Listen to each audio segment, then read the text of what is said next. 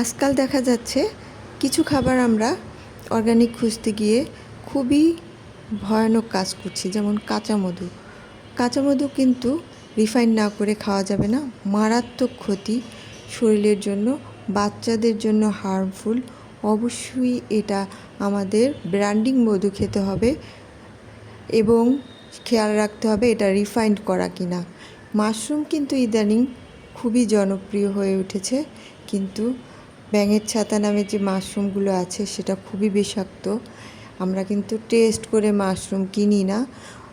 আবার পটকা মাছও ইদানিং খুবই খাওয়া হচ্ছে।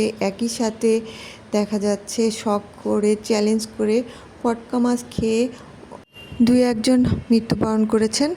পরিবারের বাকি সব সদস্য হসপিটালে এডমিট।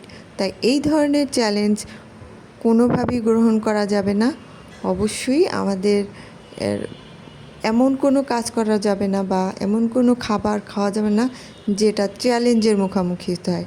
যেমন কাঁচা টমেটো কিন্তু পাকস্থলীর জন্য খুবই ক্ষতিকর। এটা আমাদের অবশ্যই খেয়াল রাখতে হবে। টমেটো খেলে আমরা পাকা টমেটো খাবো সালাদ হিসাবে। এরপর আসা যাক মাসকলাই ডাল। এটাও খুবই হার্মফুল পেটের জন্য। রমজানে দেখা যায় পেঁয়াজু আমরা বুটের ডাল বা মুসুরির ডাল দিয়ে পেঁয়াজু বানাতে পারি, কিন্তু বাজারে কেনাটা কিন্তু মাসকলাই ডাল কোনোভাবেই খাওয়া যাবে না। এটা খুবই ক্ষতিকর পেটের জন্য। আমাদের যে মলমূত্রগুলো জমা হয় কোলন, সেখানে এটা থেকে যায় অনেক দিন। এরপরে আসি চটপটি।